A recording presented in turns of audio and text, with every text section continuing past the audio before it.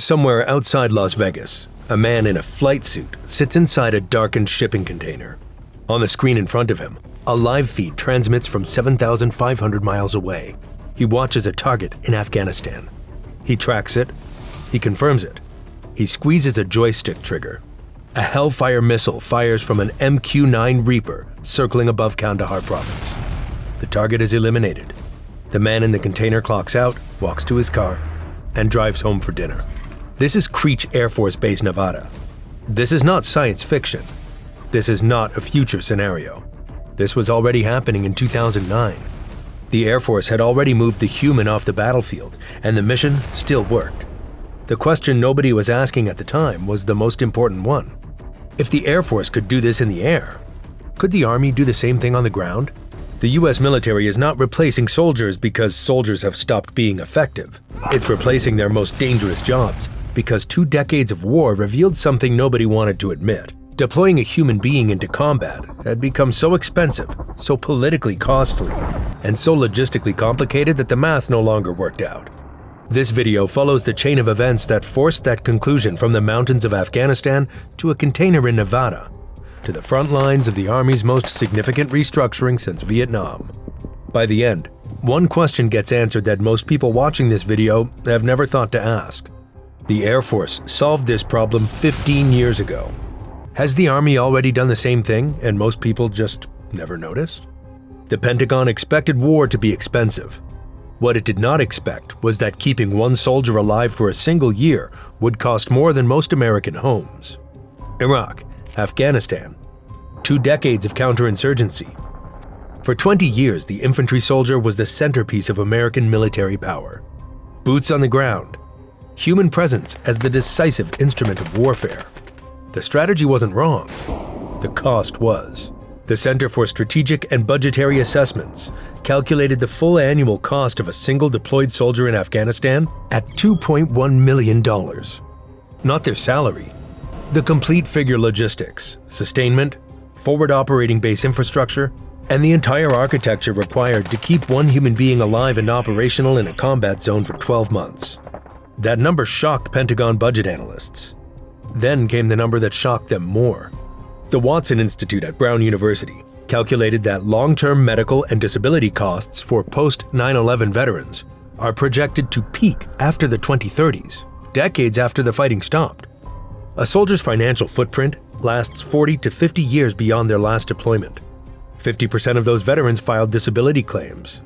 Bionic prosthetics alone can run $150,000 per limb. Think of a deployed soldier as a Formula One car. Extraordinary performance, precisely engineered for extreme conditions, and completely dependent on a pit crew, a supply chain, and a medical team. Not just during the race, but for the rest of its life.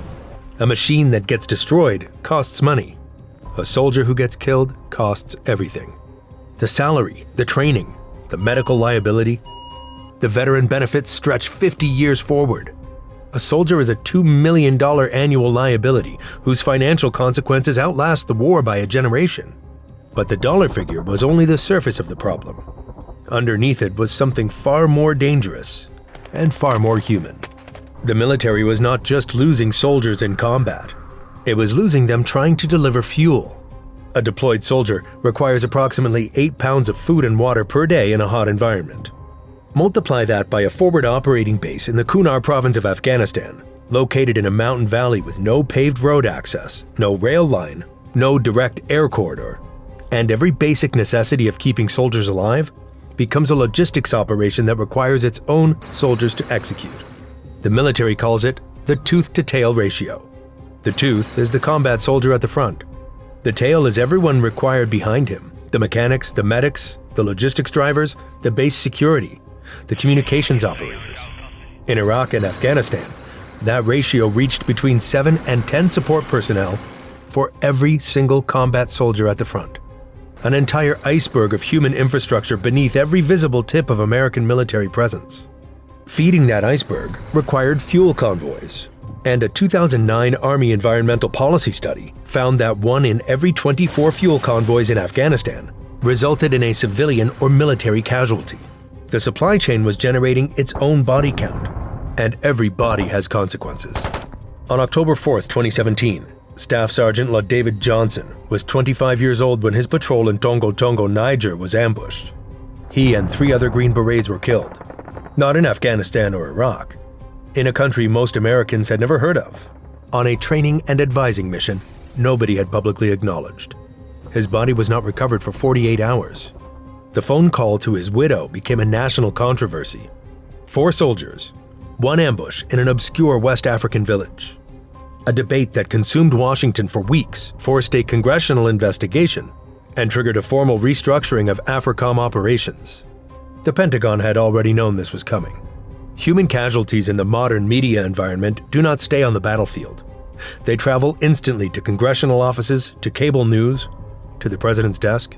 Every KIA is a political event. Every political event has operational consequences. The military understood the problem clearly by the mid-2000s. A deployed human body was too expensive to sustain, too costly to lose, and too politically volatile to sacrifice at scale. What it did not yet have was an answer, until one branch of the military quietly proved the answer had existed all along and demonstrated it in a container in the Nevada desert. In 2009, the United States Air Force crossed a threshold that almost nobody reported. That year, it trained more drone operators than conventional fighter and bomber pilots combined. The military had already decided where the human belonged. Not in the cockpit, at a terminal. Creech Air Force Base outside Las Vegas became the blueprint for what that decision looked like in practice.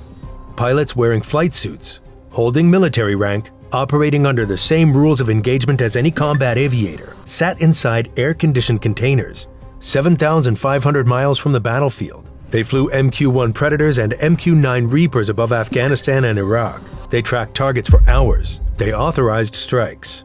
They watched the outcomes in high-definition feeds transmitted in real time. Then they drove home. That phrase is not a colorful detail. It is the entire argument. The human judgment stayed in the loop. The human body was removed from the kill zone. The Air Force discovered it could project lethal force anywhere on Earth. Afghanistan, Iraq, Yemen, Somalia, Syria, without putting a single pilot at physical risk. The MQ-9 Reaper flew over 180,000 combat hours across 13 years of operations. It could loiter above a target for 14 hours, carry 8 Hellfire missiles. Its operators never once left Nevada. The Reaper did not replace the pilot's judgment. It relocated it. Same decision-making authority, same legal accountability, same lethality, 0 physical exposure to the battlefield. The Air Force had answered the question. Remove the human from the physical danger zone, keep the human in the decision loop, and the mission still works. Maybe even works better. The only thing left to answer was the question planted at the very start of this video. If the Air Force could do this in the air in 2009, has the Army already done the same thing on the ground? The Army did not wait for public permission. It started quietly, restructuring the infantry squad while most of the country was still debating whether robots would ever replace soldiers. The vehicle changed. The logic did not. The Army's Transformation in Contact initiative, running through 2027 under the Army Chief of Staff, is the institutional acknowledgement that the infantry squad is being rebuilt around unmanned systems, not in a future defense budget, in active formations, right now. Units are being reorganized, not around how many rifles they carry, but around how many unmanned platforms they can effectively control. The human-machine integration formations being tested at the National Training Center are the most direct expression of that rebuild. The standard 9-man infantry squad is being trialed in configurations where 2 to 3 soldiers are dedicated entirely to managing a fleet of small ground and air robots that scout, surveil, and engage ahead of the unit. The rifles are still in formation. The humans holding them are further back. The legal framework to make this permanent already exists. Pentagon Directive 3000.09 Autonomy in Weapons Systems mandates that, regardless of how advanced autonomous systems become, a human must remain in the loop for every lethal engagement decision. The directive does not restrict what machines can do. It defines where the human must be in the chain. That chain can be extended across any distance. The human does not need to be at the front of it. The Creech model, applied to the ground, produces exactly this architecture. The machine occupies the front, the human authorizes the decision, from a position that no enemy drone can find, and no artillery strike can target. The Air Force proved the concept in 2009. The Army is proving the ground version in 2026. The architecture is the same. The directive is already written. The formations are already restructuring, which means the question that opened this video has an answer. And that answer changes everything about what the word soldier actually means.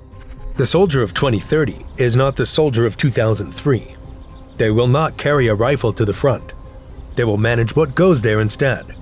Sensor networks instead of patrol routes. Engagement authorizations instead of direct fire. Platform maintenance instead of physical exposure to the kill zone. The judgment that no algorithm is legally permitted to make, applied from a position no FPV drone can locate and no thermal signature can betray. The war on terror ran the full cost equation on the human soldier and produced a number the Pentagon could not sustain. $2.1 million per year per deployed soldier. 1 casualty in every 24 fuel convoys. 4 Green Berets lost in a country most Americans couldn't name. And a theater command restructured in response. The soldier was not failing the mission. The mission was failing the soldier. The military didn't decide to replace soldiers because soldiers were weak. It decided to replace their most dangerous job because soldiers were too valuable to keep losing.